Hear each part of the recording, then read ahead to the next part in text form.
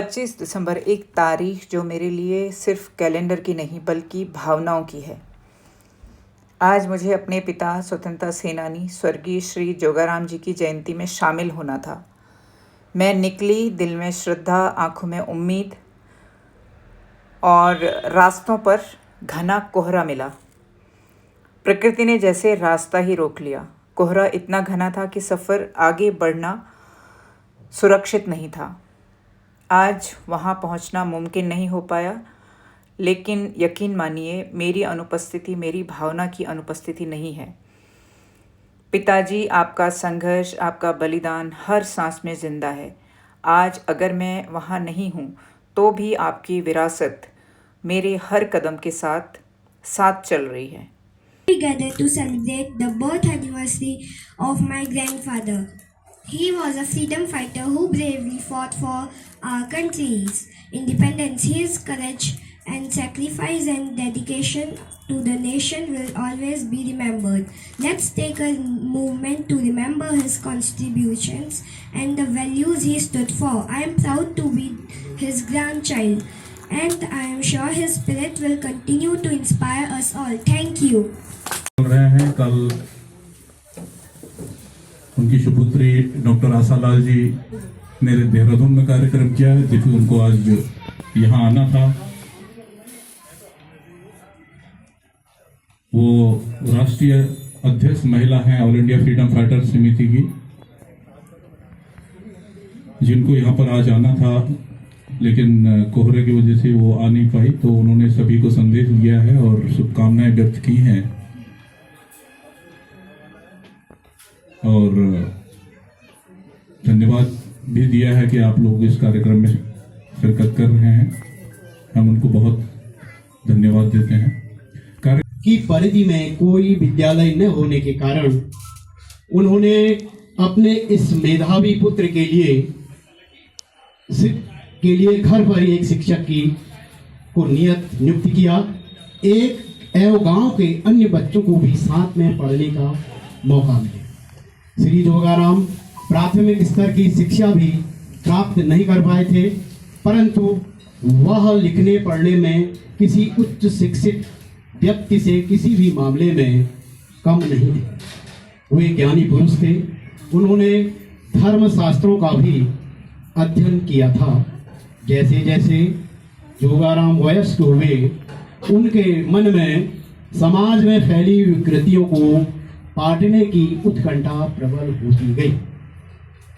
सन 1942 में मात्र 20 वर्ष की उम्र में सक्रिय रूप से आज़ादी के संग्राम में कूद पड़े।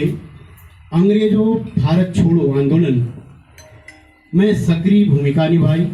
उन्होंने गांव-गांव घूमकर लोगों को आंदोलन में शामिल होने के लिए जागरूक किया और अंग्रेजों की कई यातनाएं झेली।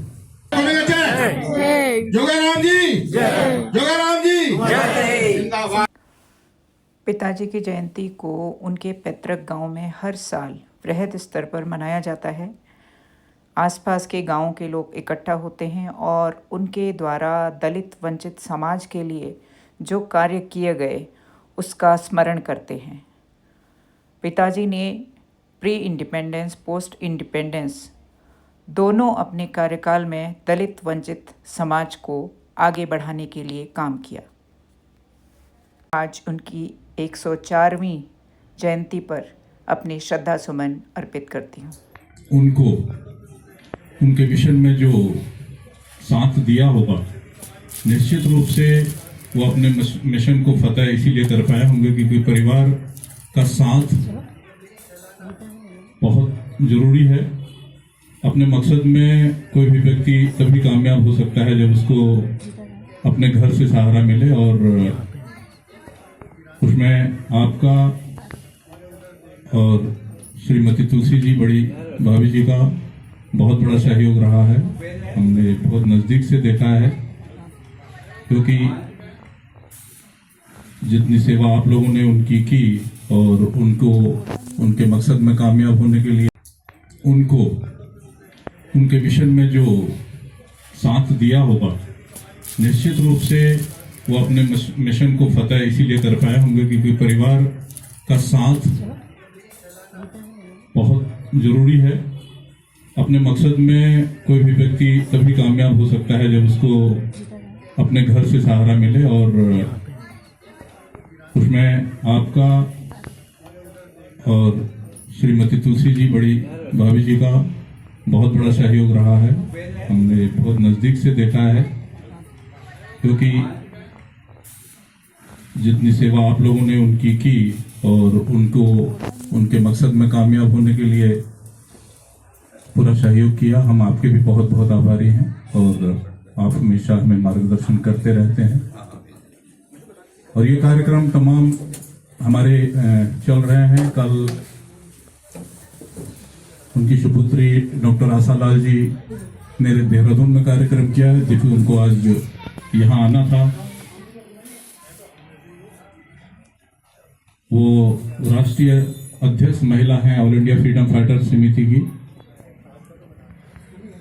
जिनको यहाँ पर आज आना था, लेकिन कोहरे की वजह से वो आ नहीं पाई। तो उन्होंने सभी को संदेश दिया है और शुभकामनाएं व्यक्त की हैं